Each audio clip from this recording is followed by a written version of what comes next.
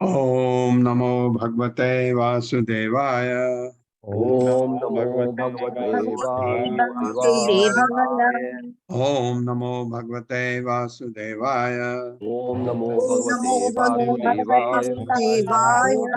ओम नमो भगवते वासुदेवाय। ओम नमो भगवते वासुदेवाय। नारायणं नमस्कृत्य नारायणं नमस्कृत्य नरं चैव नरोत्तमं नरं चैव नरोत्तमं देवीं सरस्वतीं व्यासं देवीं सरस्वतीं व्यासं ततो जयमुदीरये ततो जयमुदीरये। नष्टप्रायेषु भद्रेषु नष्टप्रायेषु भद्रेषु नित्यं भागवत सेवया नित्यं भागवत सेवया भगवती उत्तम श्लोके भगवति भक्तिर्भवति नैष्ठिकी। भक्तिर्भवति नैष्ठिकी। हरे कृष्ण। आप सबका स्वागत है। हरे कृष्ण प्रभु जी। दंडवत प्रणाम। राजा पृथु महाराज का वर्णन चल रहा है। तो ये बंदी जन स्तुति कर रहे हैं, आप ऐसे हैं, आप ऐसे होंगे, आप ऐसे होंगे। रंजयिष्यति यत् लोकम् अयम् आत्मविचेष्टितः अथ अमुम् आहु राजानं मनोरंजकै प्रजा। मेरे साथ पढ़िए। रंजयिष्यति यत् लोकम् रंजिष्यति यल्लोकम् अयम् आत्मविचेष्टितः यमात्मविचेष्टितैः अथ अमुम् आहु राजानं अथामुमाहु राजानम् मनोरंजकै प्रजा। मनोरंजनकैः प्रजा। शब्दार्थ है रंजयिष्यति प्रसन्न करेगा, यद क्योंकि लोकम समग्र संसार अयम यह राजा आत्मनिजी आत्मनिजी विचेष्टित है कार्यों द्वारा। अतः अमुम उसको आहु कहते हैं राजानम राजा मनरंजक मन को अच्छा लगने वाला प्रजा नागरिक। यह राजा अपने व्यावहारिक कार्यों द्वारा सबको प्रसन्न करेगा और उसके सारे नागरिक अत्यंत प्रसन्न होंगे। इस कारण नागरिकों को उसे अपना शासक राजा स्वीकार करने में अत्यधिक संतोष मिलेगा। मेरे साथ, यह राजा अपने व्यावहारिक कार्यों द्वारा ये राजा कार्यों द्वारा सबों को प्रसन्न करेगा सबको प्रसन्न करेगा और उसके सारे नागरिक और सारे नागरिक अत्यंत प्रसन्न होंगे। अत्यंत प्रसन्न होंगे। इस कारण नागरिकों को उसे अपना शासक राजा स्वीकार करने में उसे अपना शासक राजा स्वीकार करने में अत्यधिक संतोष मिलेगा। अत्यधिक संतोष मिलेगा। दृढ़व्रतः सत्यसंधो ब्रह्मण्यो वृद्ध सेवकः शरण्यः सर्वभूतानां मानदो दीनवत्सलः। मेरे साथ, दृढ़व्रतः सत्यसंधो ब्रह्मण्यो वृद्ध सेवकः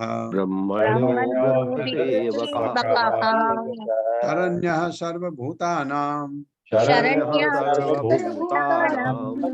मानदो दीनवत्सलः। शब्दार्थ है दृढ़व्रतः दृढ़ संकल्प वाला, सत्य संधः सत्य प्रतिज्ञ, ब्रह्मण्य ब्राह्मण संस्कृति का प्रेमी, वृद्ध सेवक वृद्ध पुरुषों का दास, शरण्य शरणागत, वत्सल सर्वभूतानां समस्त जीवात्माओं का मानदः मानदो सबों का सम्मान करने वाला, दीन वत्सल दीनों तथा अनाथों पर अत्यधिक दयालु। यह राजा दृढ़ संकल्प वाला तथा सत्यव्रती होगा। यह ब्राह्मण संस्कृति का प्रेमी, वृद्धों की सेवा करने वाला तथा शरणागतों को प्रशय देने वाला होगा। यह सबों का सम्मान करेगा और दीन दुखियों तथा अबोधों पर सदैव कृपालु रहेगा। मेरे साथ, यह राजा दृढ़ संकल्प वाला, ये राजा तथा सत्यव्रती होगा। होगा। यह ब्राह्मण संस्कृत का प्रेमी, वृद्धों की सेवा करने वाला तथा शरणागतों को प्रशय देने वाला होगा। तथा शरणागत देने वाला होगा। यह सबों का सम्मान करेगा ये सबों का सम्मान करेगा और दीन दुखियों तथा अबोधों पर सदैव कृपालु रहेगा। तात्पर्य माता जी। हरे कृष्ण। सुषमा माता जी। हरे कृष्ण माता जी। प्रभु जी हरे कृष्ण। हरे कृष्ण। दंडवत प्रणाम। श्री प्रभुपाद जी के द्वारा प्रभुपाद जी की जय। तात्पर्य, वृद्ध सेवक शब्द अत्यंत महत्वपूर्ण है। वृद्ध पुरुष दो प्रकार के होते हैं, एक तो वे जो आयु में वृद्ध है और दूसरे वे जो ज्ञान में वृद्ध है। संस्कृत के ये दो शब्द ये से स्पष्ट है कि मनुष्य ज्ञानोन्नति से भी वृद्ध हो सकता है। राजा पृथु ब्राह्मणों का आदर करने वाला तथा उनकी रक्षा करता था। वह वृद्ध लोगों की भी रक्षा करता था। राजा जो भी करने का निश्चय करता उसे कोई बदल नहीं सकता था। इसी को दृढ़ संकल्प भी दृढ़ व्रत कहा जाता है। हरे कृष्णा प्रभु। हरे क्योंकि कृष्ण निर्णय माता जी, सभी को हरे कृष्ण। धन्यवाद। धन्यवाद माता जी, धन्यवाद आपका। ये राजा कोई भी जो अपना डिसीजन सोच समझ कर लेता है और उसके बाद अडिग रहता है, दृढ़ संकल्प कहते हैं। यहाँ पर बड़ा अच्छा एक चीज बोला है कि वृद्ध दो प्रकार के होते हैं। हम कहते हैं ना सीनियर है कोई, सीनियर किस में, एक तो एज के हिसाब से, एक ज्ञान के हिसाब से। ज्ञान के हिसाब से जो सीनियर है उसको ज्यादा सीनियर माना जाता है। आपने हमारे भौतिक जगत में भी ऐसा होता है। एक ऑफिस में एक हाउसकीपिंग स्टाफ भी होता है, एक उस डिपार्टमेंट में हेड भी होता है। तो आप जो हेड है डिपार्टमेंट का, उसको ज्यादा ज्ञान होता है डिपार्टमेंट के बारे में, हर चीज के बारे में। वो भले ही उम्र में छोटा हो, अगर वो 40 साल का है और हाउस कीपिंग स्टाफ 60 साल का है, तो हाउस कीपिंग स्टाफ को हम सीनियर नहीं बोलते हैं, उसको सीनियर बोलते हैं। यही हमारे अध्यात्म में भी जिसको ज्यादा ज्ञान होता है उसको सीनियर मान, वृद्ध, वृद्ध का मतलब सीनियर से वो माना जाता है। ये बड़ा अच्छा इन्होंने प्रभुपाद ने बताया। वृद्ध दो प्रकार के होते हैं, एक उम्र से वृद्ध होते हैं, ज्ञान से वृद्ध होते हैं। तो ज्ञान से वृद्ध जो हैं उनका ज्यादा सम्मान होता है उम्र के अलावा, क्योंकि उम्र हो गई, मनुष्य ने कुछ भी ज्ञान अर्जित नहीं किया तो वो सीनियर नहीं माना जाता। लेकिन राजा के लिए दोनों, उम्र में भी जो वृद्ध है उसका भी ध्यान और जो ज्ञान में वृद्ध है उसका भी ध्यान। मातृभक्ति ही परस्त्रीषु पत्न्याम अर्ध इव आत्मनः। वाह क्या बढ़िया।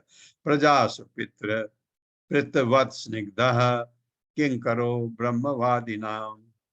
मेरे साथ, मातृभक्ति ही परस्त्रीषु मातृभक्ति परस्त्रीषु पत्न्याम अर्ध इव आत्मनः। पत्न्यामर्दयितावात्मनः प्रजासु पितृवत् स्निग्धः प्रजासु पितृवत्सः किंकरो ब्रह्मवादिनाम। किंकरो ब्रह्मवादिनां। शब्दार्थ है मातृभक्ति, अपनी माता के समान आदर करने वाला। पर स्त्रीषु, पराई स्त्री के प्रति, माँ के जैसे। आपको पता है हम लोग भी किसी को भी माता जी कहते हैं कि पराई स्त्री है, मेरी माँ के बराबर है। ये ऐसा मेरे अंदर से होना चाहिए। मैं आपको जब माता जी कहता हूँ तो मेरे मन में करते समय अपनी माँ याद आती है। ऐसा याद मुझे आना चाहिए, नहीं भी आता तो आना चाहिए। जब मैं आपको माता जी कहता हूँ, अपनी माँ की शक्ल आप में देखता हूँ, ऐसा होना। ये पर स्त्री से पराई स्त्री के प्रति पत्यानाम, अपनी पति को क्या कैसा समझे, अर्ध आधा इव सदृश आत्मना, अपने शरीर का अर्धांगिनी बोलते ना, वो मानने वाला था राजा। प्रजासु, नागरिकों के प्रति, पितृवत, पिता के समान, स्निग्ध स्नेही, किंकर दास, ब्रह्मवादी नाम, भगवान की महिमा का उपदेश करने वाले भक्तों का। यह राजा सभी स्त्रियों को अपनी माता के समान सम्मान देगा और अपनी पत्नी को अपने शरीर का आधा अंग यानी अर्धांगिनी मानेगा। यह अपनी प्रजा के प्रति पिता के समान स्नेही होगा। यह होना चाहिए। कोई वृद्ध भी है, वो भी अपने पिता के समान माने राजा को, क्योंकि राजा भगवान का प्रतिनिधि होता है। उस कम उम्र में छोटा भी है तो भी अपने पिता के तुल्य माना जाता है और अपने आप को भगवान की महिमा का उपदेश करने वाले भक्तों का परम आज्ञाकारी दास समझेगा। जो भगवान के भक्त हैं प्रजा में भी उनका अपने को दास समझेगा। मेरे साथ पढ़िए, यह राजा सभी स्त्रियों को राजा सभी स्त्रियों को अपनी माता के समान सम्मान देगा अपनी माता के समान सम्मान देगा और अपनी पत्नी को अपनी पत्नी को अपने शरीर का आधा अंग यानी अर्धांगिनी मानेगा। अपने शरीर का आधा नहीं बनेगा। यह अपनी प्रजा के प्रति यह अपनी प्रजा के प्रति पिता के समान स्नेही होगा पिता के समान समान नहीं होगा और अपने आप को और अपने आप को भगवान की महिमा का उपदेश करने वाले भक्तों का भगवान की महिमा का उपदेश करने वाले भक्तों का परम आज्ञाकारी दास समझेगा। परम आज्ञाकारी दास मानेगा। तात्पर्य माता जी। हरे कृष्ण संदीप प्रभु जी। हरे कृष्णा माता जी। हरे कृष्णा प्रभु जी। हरे कृष्णा सभी को। तात्पर्य श्रीला प्रभुपाद के द्वारा। श्रीला प्रभुपाद की जय। विद्वान मनुष्य अपनी पत्नी के अतिरिक्त सारी स्त्रियों को अपनी माता के समान मानता है। अन्यों की संपत्ति को गली में पड़ा कूड़ा समझता है और अन्यों के साथ ऐसा ही व्यवहार करता है जैसा वह अपने साथ करता है। ये विद्वान पुरुष के लक्षण है जिनका उल्लेख चाणक्य पंडित ने किया है। शिक्षा का यही मानदंड होना चाहिए। शिक्षा का अर्थ शैक्षिक उपाधियां प्राप्त करना नहीं है। मनुष्य को चाहिए कि उसने जो कुछ अपने व्यक्तिगत जीवन में सीखा है उसे कार्य रूप में परिणत करे।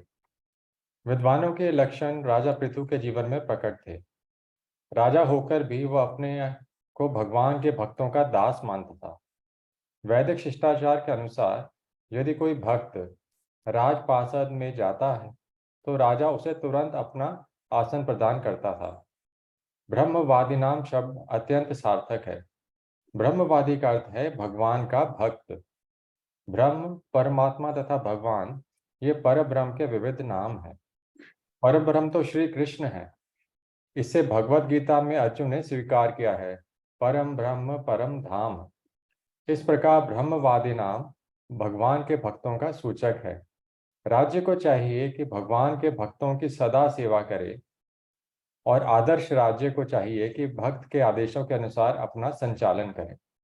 चूंकि राजा पृथु ने इस नियम का पालन किया इसलिए उसकी अत्यंत प्रशंसा की जाती है। हरे कृष्ण। धन्यवाद। भगवान के भक्तों का बहुत सम्मान। देहिनाम आत्मवत् प्रेष्टः सुहृदाम नंदिवर्धनः मुक्त संग प्रसंगो अयम दंड पाणिर असाधुषु। मेरे साथ। देहिनाम आत्मवत् प्रेष्टः देहिनाम आत्मवत्प्रेष्टः सुहृदाम नंदिवर्धनः मुक्त संग प्रसंगो अयम दंड पाणिर असाधुषु।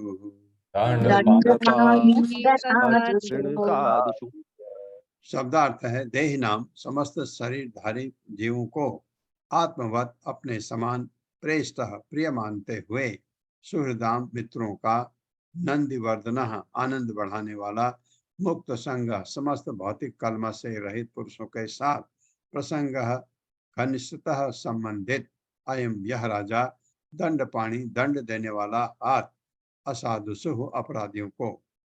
यह राजा समस्त जीवधारी प्राणी को अपने ही समान प्रिय मानेगा और अपने मित्रों के आनंद को सदैव बढ़ाने वाला होगा।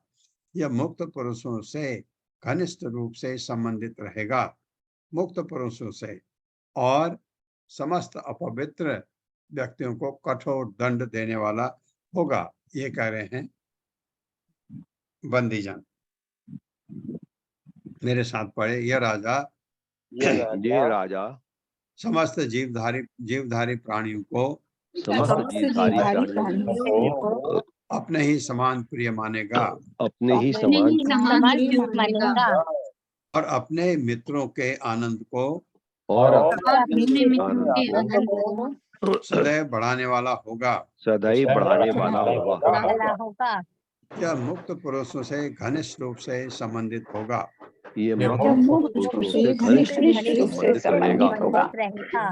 और समस्त अपवित्र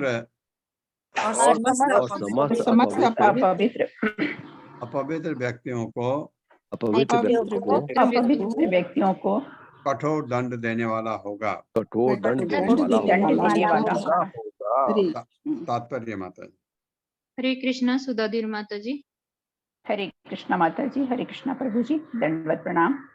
श्री शील प्रभुपाद जी की जय। तात्पर्य शील प्रभुपाद जी के द्वारा। देही नाम शब्द का अर्थ है वह जो देह से युक्त है। जीवात्माएं विभिन्न योनियों में देह धारण करती हैं, जिनकी संख्या 84 लाख है। राजा इन समस्त प्राणियों को आत्मवत मानता था, किंतु इस युग में तथाकथित राजा तथा राजाध्यक्ष अन्य जीवात्माओं को अपने समान नहीं मानते। उनमें से अधिकांश मांसाहारी होते हैं, और भले ही वे मांसाहारी न हों और अपने को धार्मिक तथा पवित्र बताते हों, किंतु तो भी वे अपने राज्य में गोवध की अनुमति देते हैं। ऐसे पापी राजाध्यक्ष कभी भी लोकप्रिय नहीं हो सकते। दूसरा महत्वपूर्ण शब्द मुक्त संग प्रसंग है, जो यह सूचित करता है कि राजा सदैव मुक्त पुरुषों की संगति करता था। हरे कृष्ण माता जी, हरे कृष्ण माता जी। प्रभु जी। मुक्त संग प्रसंग धन्यवाद। बहुत अच्छा शब्द है, मुक्त संग प्रसंग।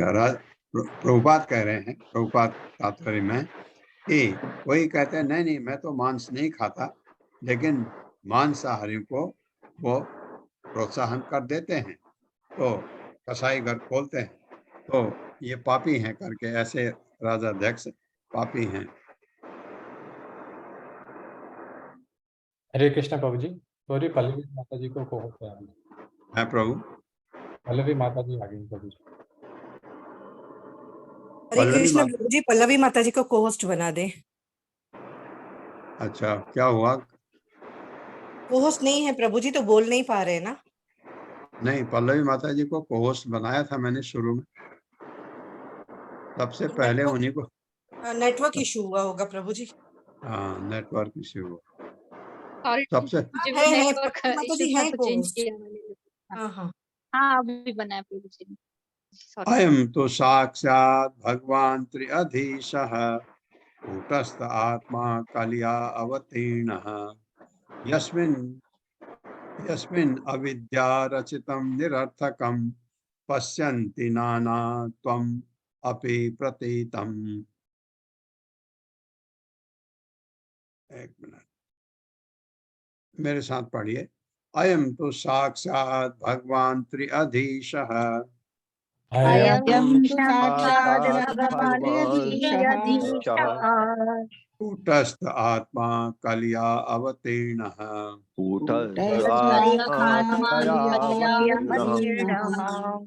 यस्मिन् अविद्या रचितं निरर्थकं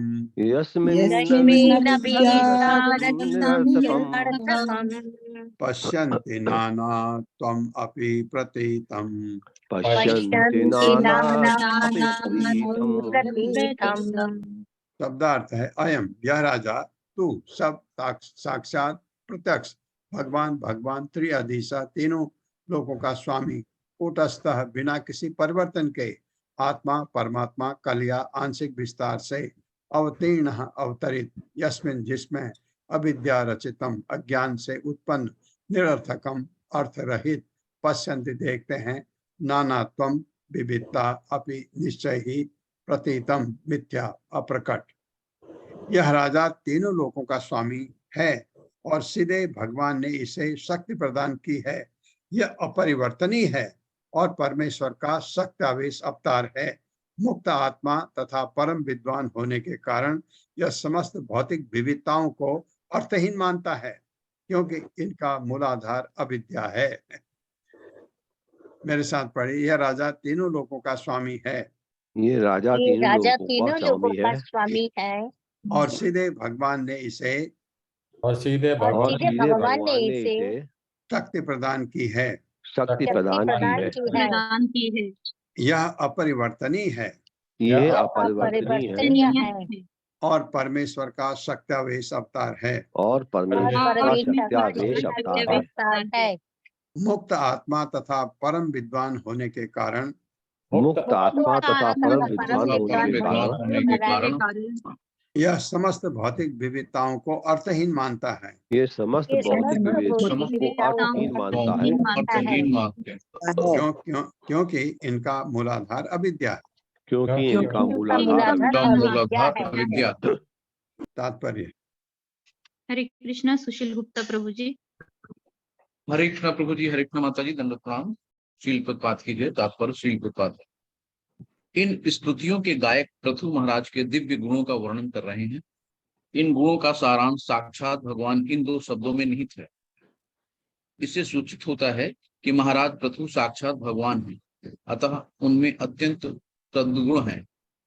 किंतु पूर्ण पुरुषोत्तम भगवान के अवतार होने के कारण अन्य कोई इन सर्वोत्तम गुणों में महाराज पृथु की क्षमता नहीं कर सकते। श्री भगवान 6 ऐश्वर्यों से पूर्ण हैं और राजा पृथु में भी इतनी शक्ति थी कि वे भगवान के 6 ऐश्वर्यों को पूर्ण रूप से प्रदर्शित कर सकते थे। कूटस्थ शब्द महत्वपूर्ण है, जिसका अर्थ है बिना परिवर्तन के। जीवात्मा 2 प्रकार के हैं, नित्य मुक्त और तथा नित्यबद्ध। नित्य मुक्त जीव कभी नहीं भूलता, नहीं कि वो पूर्ण पुरुषोत्तम भगवान का नित्य दास है, जो अपने पद को नहीं भूलता और ये जानता रहता है कि परमेश्वर का भिन्नांश है, वो नित्य मुक्त है। ऐसा नित्य मुक्त जीवात्मा परमात्मा का अंश रूप होता है, जैसा वेदों में कहा गया है, नित्यो नित्यानाम। इस प्रकार नित्य युक्त जीवात्मा जानता है कि वो परम या नित्य सनातन परमेश्वर का विस्तार है। ऐसे पद में स्थित होकर वो भौतिक जगत को भिन्न दृष्टि से देखता है। नित्यबद्ध जीवात्मा भौतिक विविधताओं को वास्तव में एक दूसरे से भिन्न देखता है। इस संबंध में हमें स्मरण रखना चाहिए कि बद्ध जीव का शरीर वस्त्र के समान माना जाता है। मनुष्य चाहे तो विविध वस्त्र धारण कर सकता है, किंतु जो यथार्थ ज्ञानी है वो वस्त्रों पर ध्यान नहीं देता। जैसा कि श्रीमद् भागवत गीता 5.18 में कहा गया है, विद्या विनय संपन्ने ब्राह्मणे गति हस्तिन सुनिश्चैव स्वापाके च पंडिता समदर्शिनः। यथार्थ ज्ञानी विद्या विनय युक्त ब्राह्मण गाय, हाथी, कुत्ते तथा चांडाल को समान रूप से देखते हैं। इस प्रकार ज्ञानी पुरुष जीवात्मा को बाहर से ढकने वाले वस्तुओं को न देखकर नाना प्रकार के वस्तुओं के अंदर के शुद्ध आत्मा को देखते हैं, और यह अच्छी तरह जानता है कि नाना प्रकार के वस्त्र अविद्याजन्य हैं, अर्थात अविद्यार्चितम सत्यावेश अवतार होने के कारण, अर्थात पूर्ण पुरुषोत्तम परमेश्वर द्वारा शक्ति संचारित होने के कारण पृथु महाराज ने अपनी आध्यात्मिक स्थिति नहीं बदली, अतः उनके द्वारा भौतिक जगत को सत्य मानने की कोई संभावना नहीं थी। हरे कृष्णा प्रभु जी, हरे कृष्णा माता जी, दंड प्रणाम। एक तो आप बाहर से देखते हैं, एक जो पंडिता समदर्शिना सबको एक समान देखता है जो ज्ञानी है। एक बार राजा जनक के दरबार में अष्टावक्र गए, वहां बड़े बड़े विद्वानों को बुलाया था। राजा जनक महाजनों में आते हैं, बार महाजन जो हैं उनमें आते हैं। महाजन कहते हैं जिनको भगवान का पूरा ज्ञान होता है और भगवान के महान सेवक होते हैं। तो अष्टावक्र गए। अष्टावक्र 8 जगह से टेढ़े थे शरीर में, इसलिए अष्टावक्र उनको कहा जाता, और महान ज्ञानी थे। वो गए तो जा करके कुछ लोग हंसे उनको देख करके कि कुछ चलने में ऐसा होगा जब वो टेढ़े मेढ़े होंगे तो अष्टावक्र ने कहा कि अरे मैंने सोचा जनक के दरबार में तो विद्वान लोग आए हैं, यहाँ तो चमार ही चमार बड़े पड़े। कि चमार जो चमड़ी का ज्ञान रखते हैं, मतलब शरीर को जो देख करके आप जज करने की कोशिश करते हैं, तो उसको अष्टावक्र ने चमार का नाम दिया, क्योंकि चमड़ी देख करके अगर कोई ये कहते हैं कि वो क्या है, तो मनुष्य में ज्ञान क्या है। और मनुष्य में ज्ञान की एक बात है, मनुष्य भगवान का भक्त है नहीं है, ये नहीं है तो फिर उसके लिए आपकी श्रद्धा बहुत कम हो जाती है। अयम भुवो मंडल मोदय मंडलम उदय अद्रे। अयम भुवो मंडलम उदय अद्रे गोप्तः कबीरो नरदेवनाथः। आस्थाय जैत्रम रथम आतचापः पर्यस्यते दक्षिणतो यथा अर्कः। अर्क कहते हैं सूर्य को। मेरे साथ पढ़े। अयम भुवो मंडलम उदय अद्रे अयं भुवो मण्डलमोदयाद्रे गोप्तय कबीरो नरदेवनाथः गोप्तैकवीरो नरदेवनाथः आस्ताय जैत्रम रथम आत्तचापः आस्ताय जयत्रं रथमात्चापः पर्यस्यते दक्षिणतो यथा अर्कः पर्यस्ते दक्षिणतो यथार्कः। शब्दार्थ है अयम यह राजा भुवः जगत का मंडलम गोलक आ उदय अद्रे उदयाचल से जहां सबसे पहले सूर्य निकलता दिखता है। हाँ, एक मुझे अभी उदयाचल से एक याद आ रहा है। एक प्रभु ने पूछा था, हमारा पहले एक श्लोक में आर्कटिक आया था, आर्कटिक, मैं गलत था, मैंने अंटार्कटिक बोल दिया। अंटार्कटिक अलग है, आर्कटिक अलग है। आर्कटिक था ना जहां इसका इनका साम्राज्य होगा, आपके क्लास में आया था ना? जी प्रभु जी, आर्कटिक। हाँ, आर्कटिक है ये कनाडा के तरफ, ये उत्तर भाग में। आर्कटिक एरिया उत्तर में नॉर्थ पोल की तरफ है, जिसमें आपके नॉर्वे भी आता है ना, नॉर्वे जहां रात को सूरज दिखता है। तो ये आर्कटिक एरिया कहलाता है, ये नॉर्थ पोल है, जबकि एंटार्कटिक साउथ पोल में है, नीचे की तरफ है। तो वो मेरे से गलती हुई थी। एक प्रभु ने मानस पर्वत का जिक्र किया था कि वो भी वहीं होगा। हाँ, वो नॉर्थ पोल में, वो नॉर्थ पोल में, आर्कटिक रीजन नॉर्थ की तरफ है। बाद में मैंने उसको पढ़ा था, उनका जो प्रश्न था मानस पर्वत, मैं उसको देखने लगा था, तो बाद में फिर मैंने इसको टटोला था। ये आर्कटिक नॉर्थ पोल है, एंटार्कटिक साउथ पोल है, वो साउथ की तरफ है, पोल बिल्कुल नीचे की तरफ। उदय अद्रे उदयाचल से जहां सबसे पहले सूर्य दिखता है। गोप्ता रक्षा करेगा, एक अद्वितीय वीर शक्तिशाली नरदेव, समस्त राजाओं का, मानव समाज में देवों का नाथ स्वामी, आस्थाय स्थित होकर जैत्रम विजयी, रथम उसका रथ, आत्तचाप धनुष धारण करते हुए, पर्यस्यते प्रदक्षिणा करेगा, दक्षिणतः दक्षिण दिशा से, यथा जिस प्रकार अर्कः सूर्य। यह राजा अद्वितीय शक्तिशाली तथा वीर होगा। ये तो था ही, बहुत शक्तिशाली और वीर, जिससे इसका कोई प्रतिद्वंदी नहीं होगा। क्योंकि प्रतिद्वंदी तब होता है जब कोई सोचता है मैं इसको हरा सकता हूँ, ऐसा था ही नहीं। वो इतने महान थे कि उनका प्रतिद्वंदी कोई हो ही नहीं सकता था।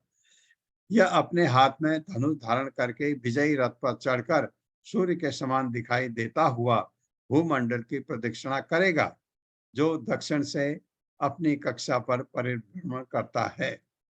मेरे साथ पढ़े। यह राजा अद्वितीय शक्तिशाली तथा वीर होगा, ये राजा अद्वितीय शक्तिशाली होगा, जिससे इसका कोई प्रतिद्वंदी नहीं होगा। जिससे इसका प्रतिद्वंदी नहीं होगा।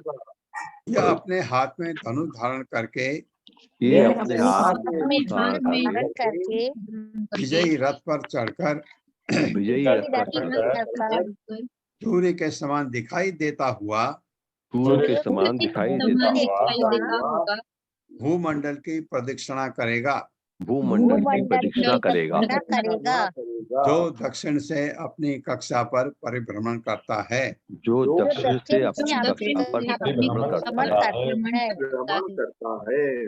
हाँ, तात्पर्य। हरे कृष्णा। पूनम चौहान माता जी। हरे कृष्णा माता जी, हरे कृष्णा सभी को।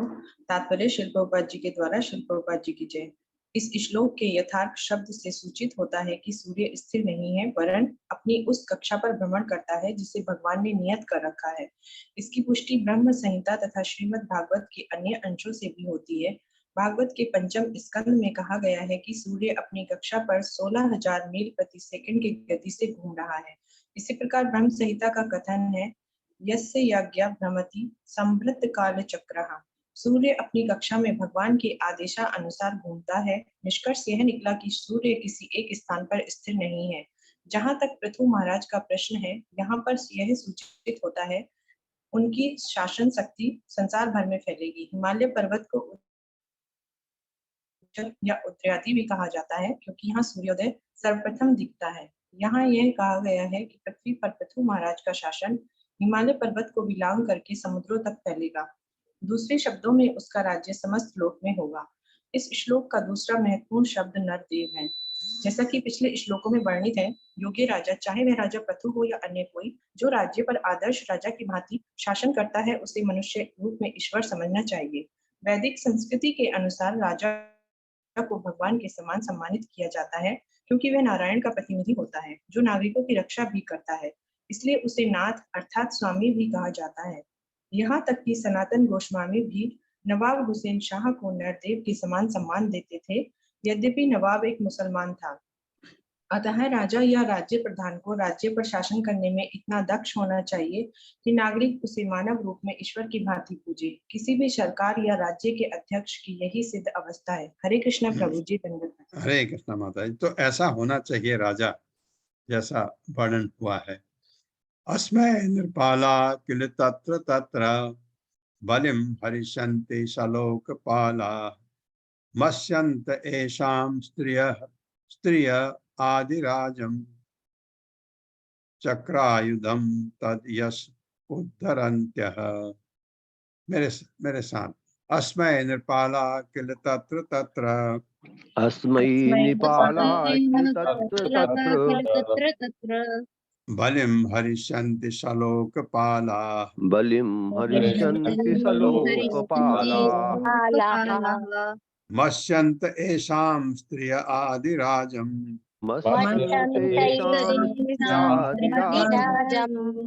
चक्रायुधं तद यश उद्धरन्त्यः।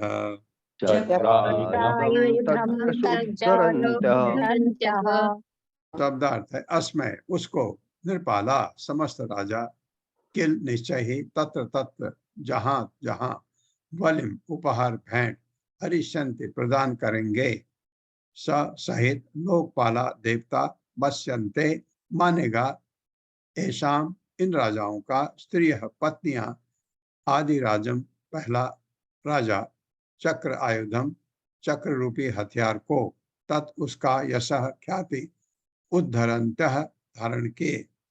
जब यह राजा सारे संसार में भ्रमण करेगा तो अन्य राजा तथा अन्य देवता गण इसे सभी प्रकार के उपहार भेंट करेंगे। उनकी रानियां भी उसे आदि राजा मानेंगी, जो अपने हाथों में चक्र तथा गदा चिन्हों को धारण करता है, और उसी के गुणगान करेंगी, क्योंकि वह भगवान के समान ख्याति वाला होगा। यह था ऐसा।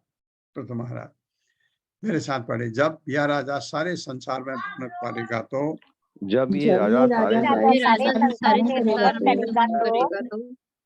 अन्य राजा तथा अन्य देवतागण इसे सभी प्रकार के उपहार भेंट करेंगे। सभी प्रकार के उपहार भेंट करेंगे। उनकी रानियां भी उसे आदि राजा मानेंगी, उसे आदि राजा मानेंगी, जो अपने हाथों में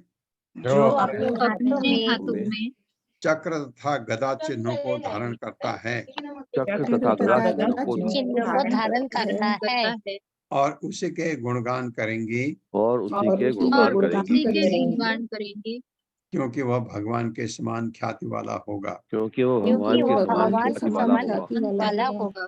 हाँ, पृथु महाराज के हाथ में चक्र और गदा का चिन्ह था। ये जब वो पैदा हुए तो आपको पता है, तो ऋषि मुनियों ने कहा है तो भगवान का अवतार है। तात्पर्य माता जी। हरे कृष्णा कामिनी अग्रवाल माता जी। हरे कृष्णा माता जी। हरे कृष्णा प्रभु जी। शील प्रभुपाद जी की जय। तात्पर्य शील प्रभुपाद जी के द्वारा। जहाँ तक ख्याति का प्रश्न है, राजा पृथु पहले से भगवान के अवतार रूप में ज्ञात थे। आदि राजम शब्द का अर्थ है मूल राजा। मूल राजा तो नारायण या भगवान विष्णु हैं। लोग नहीं जानते कि मूल राजा या नारायण समस्त जीवात्माओं के रक्षक हैं। जैसा कि वेदों में पुष्टि की गई है, एको बहु नाम यो विदधाति कामान, कठोपनिषद 2.2.13 वास्तव में भगवान में समस्त जीवात्माओं का पालन करते हैं। राजा या नर देव उनका प्रतिनिधि है, अतः राजा का कर्तव्य है कि वह जीवात्माओं के पालन हेतु संपत्ति के वितरण पर स्वयं निगाह रखे। यदि वो ऐसा करता है तो वो नारायण के समान विख्यात होगा। जैसा कि इस श्लोक में उल्लिखित है, तद यशः पृथु महाराज में भगवान की ख्याति विद्यमान थी, क्योंकि वे सारे संसार पर वास्तव में उसी हैसियत से राज्य कर रहे थे। हरे कृष्ण प्रभु जी, हरे कृष्ण, हरे कृष्ण, हरे दंडवत कृष्ण। प्रणाम जी। क्योंकि राजा अगर अच्छा है, भगवान का प्रतिनिधि होता है, तो वही सम्मान राजा को मिलता है। अयम मही गाम दुदुहे अधिराजः प्रजापतिर्वृत्तिकरः प्रजानां यो लीलियान्द्रीन् स्वसरासकोट्या भिन्दन् समां गाम अकरोद यथेन्द्रः। मेरे साथ पढ़िए। अयम महीम गाम दुदुहे अधिराजः अयम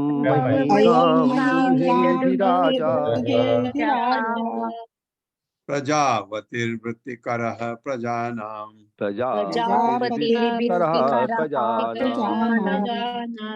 यो लीलान्द्रीन् स्वसरासकोट्या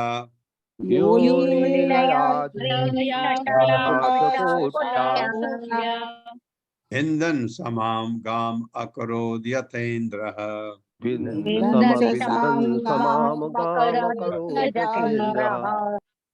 शब्दार्थ है अयम, यह राजा, महीम पृथ्वी को, गाम गाय के रूप में, दुदुहे दुहेगा, अधिराजा अद्वितीय राजा, प्रजापति ही मनुष्य का जनक, वृत्तिकर जीवन सुविधाएं प्रदान करते हुए प्रजानाम नागरिकों को यह जो लीलिया खेल खेल में अद्रीन पर्वत स्वसरास अपने बाण की कोट्या नोक से भिंदन विदीर्ण करके समाम समतल गाम पृथ्वी को अकरोध करेगा।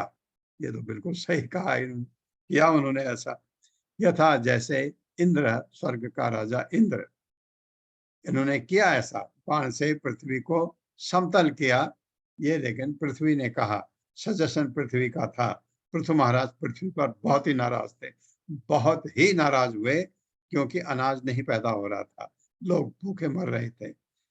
प्रजा का बालक यह राजा अद्वितीय है और प्रजापति देवों के तुल्य है। प्रजा के जीवन निर्वाह के लिए यह गौरूपी पृथ्वी का दोहन करेगा। यही नहीं, यह अपने बाण की नोक से समस्त पर्वतों को विदीर्ण करके धरती को वैसे ही समतल करेगा, जिस प्रकार स्वर्ग का राजा इंद्र अपने प्रबल वज्र से पर्वतों को तोड़ता है। मेरे साथ पढ़िए। प्रजा का पालक यह राजा अद्वितीय है। प्रजा का पालक ये राजा अद्वितीय है। हरे कृष्णा। हरे कृष्णा प्रभु जी। आवाज नहीं आ रही मेरी? आ रही है प्रभु जी। और प्रजापति देवों के तुल्य है। और प्रजापति देवों के तुल्य है। प्रजा के जीवन निर्वाह के लिए, प्रजा के जीवन निर्वाह के लिए यह गौरूपी पृथ्वी का दोहन करेगा। यह गौरूपी पृथ्वी का दोहन करेगा। यही नहीं, यह अपने बाण की नोक से, ये अपने बाण की नोक से समस्त पर्वतों को विदीर्ण करके, समस्त पर्वतों को विदीर्ण करके वैसे ही समतल करेगा, धरती को वैसे ही समतल करेगा, जिस प्रकार स्वर्ग का राजा इंद्र, जिस प्रकार स्वर्ग का राजा इंद्र अपने प्रबल वज्र से पर्वतों को तोड़ता है। अपने प्रबल वज्र से पर्वतों को तोड़ता है। विस्फुर्यजन् आज गवम धनु स्वयं यदा चर क्षमां विषयम आजौ तदा निलिल्युः दिशि दिश्य संतो लांगूलम उद्यम यथा मृगेन्द्र। मेरे साथ पढ़िए। विस्फूर्य जयन आजगवम धनु स्वयं। विस्फुरजन्नाजगमं धनुष्वयं यद आचरत क्षमां विषय्यम आजौ। यदा चरक्षमामविषयमाजौ तदा निलिल्युः दिशि दिश्य संतो। तथा निलिल्युः दिशि संतो लांगूलम उद्यम यथा मृगेन्द्रः। लांगूलमुद्यम यथा मृगेन्द्रः। बहुत अच्छा पढ़ा आप लोगों ने। बहुत कठिन श्लोक है। शब्दार्थ। विस्फूर्यजन टंकार करते हुए, आज गवम बकरों तथा बैलों के सिंहों से बना हुआ, धनु अपना धनुष, स्वयं यदा जब, अचरत विचरण करेगा, क्षमा पृथ्वी पर, अभिसंयम दुर्धर बिना रोक टोक के, आ जाओ युद्ध में, तदा उस समय, निलिल्युः छिप जाएंगे, दिशि चारों दिशाओं में, असंत आसुरी लोग, लांगूलम पूंछ को, उद्यम ऊंची करके, तथा जिस प्रकार मृगेंद्र सिंह। जब सिंह अपनी पूंछ ऊपर उठाकर वन में विचरण करता है, उसमें छोटे छोटे पशु छिप जाते हैं। इसी प्रकार जब राजा पृथु अपने राज्य में भ्रमण करेंगे और बकरों तथा बैलों के सिंहों से बने अपने धनुष की टंकार करेंगे, जिसका युद्ध में कोई सामना नहीं कर सकता, तो सभी आसुरी धूर्त तथा चोर चारों दिशाओं में छिप जाएंगे। मेरे साथ पढ़िए। जब सिंह अपनी पूंछ ऊपर उठाकर वन में विचरण करता है, उस समय छोटे छोटे पशु छिप जाते हैं। इसी प्रकार जब राजा पृथु अपने राज्य में भ्रमण करेंगे,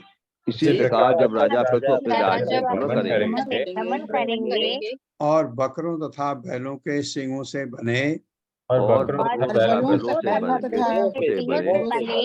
अपने धनुष की टंकार करेंगे,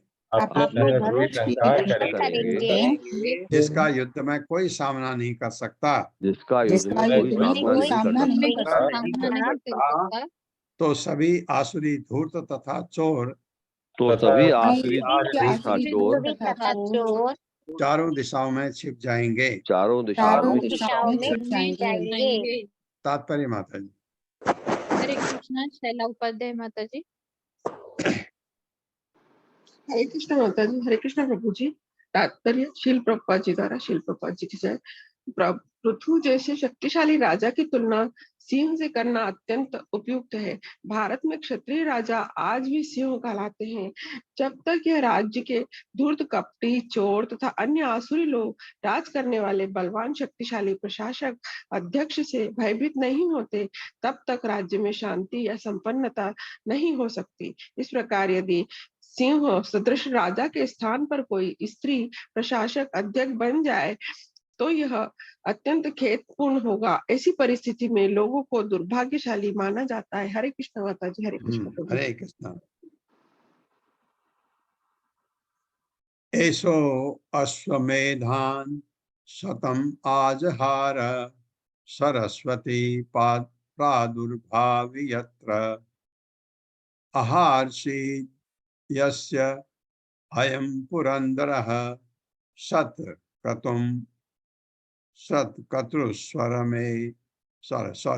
शतक्रतुः चरमे वर्तमाने। मेरे साथ पढ़िए। एषो अश्वमेधान शतम आजहार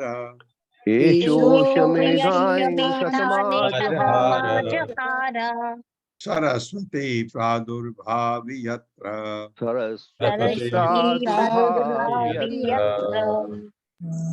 आहारसीद यस्य हयं पुरंदरः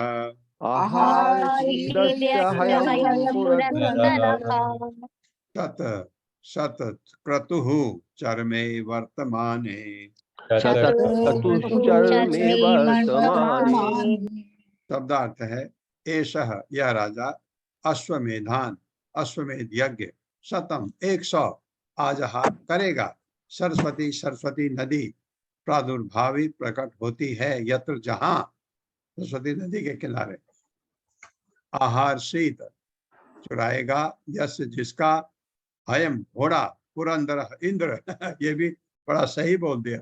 शत क्रतुः जिसने 100 यज्ञ किए हैं चर में अंतिम यज्ञ में वर्तमाने वर्तमान।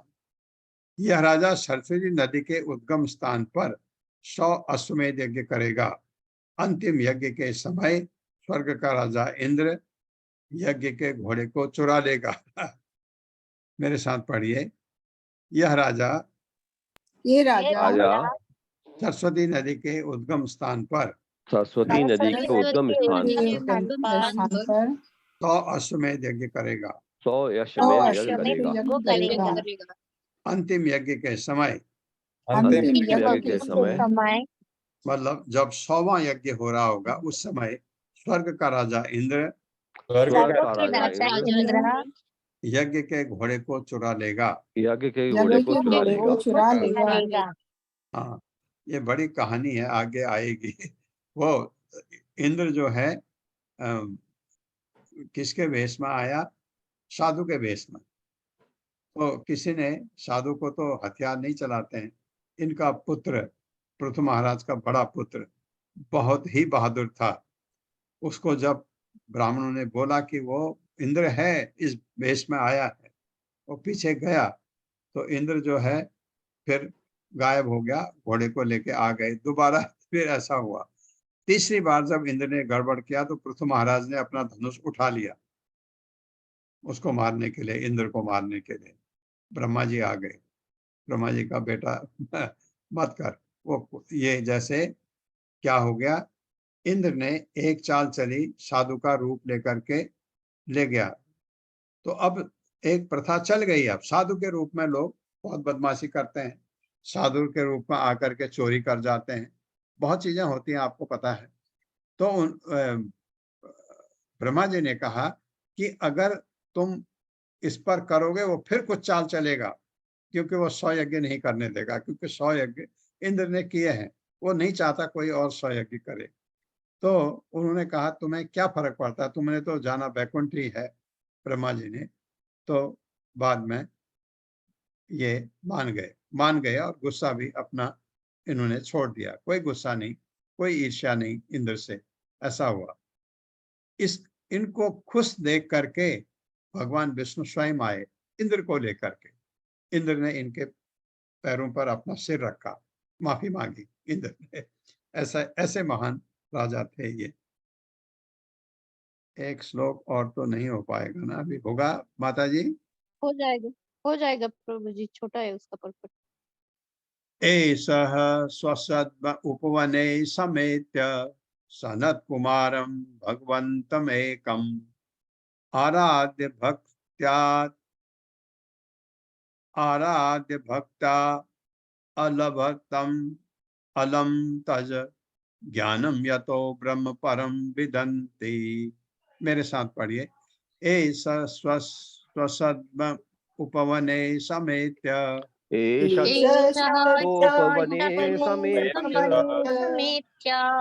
सनत कुमारं भगवन्तमेकम् आराध्य भक्ता अलभत अमलम